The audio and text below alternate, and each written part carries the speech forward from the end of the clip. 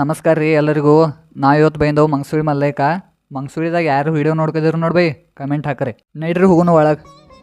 ಈ ಊರಿನ ಇತಿಹಾಸ ಹೇಳುದಂದ್ರೆ ರೀ, ಈ ಗ್ರಾಮದಾಗ ಮಲ್ಲ ಮತ್ತು ಮುನಿ ಇಬ್ಬರು ರಾಕ್ಷಸರು ಇರ್ತಾರೆ. ಅವರ ಮಹರ್ಷಿ ಮತ್ತು ಅವ್ರ ಊರಿನ ಮಂದಿಗೆ ಭಾಳ ತೊಂದರೆ ಮಾಡ್ಕೊತಿರ್ತಾರೆ. ಅವಾಗ ಆ ಊರಿನ ಜನ ಶಿವನ ಪೂಜೆ ಮಾಡ್ಕೋತಾರು ಮತ್ತು ಬೇಡ್ಕೋತಾರ. ಅವಾಗ ಶಿವ ಮಲ್ಲಯ್ಯನ ರೂಪದಾಗ ಸಂಹಾರ ಮಾಡ್ಕೊ ಬರ್ತಾ. ಅವಾಗಿಂದ ಈ ಊರಿಗೆ ಮಂಗಸುಳಿ ಅಂತ ಕರೀತಾರೆ. ಮತ್ತು ಆ ಗುಡಿತಕ ಒಂದು ಬಾವಿ ಐತಿ.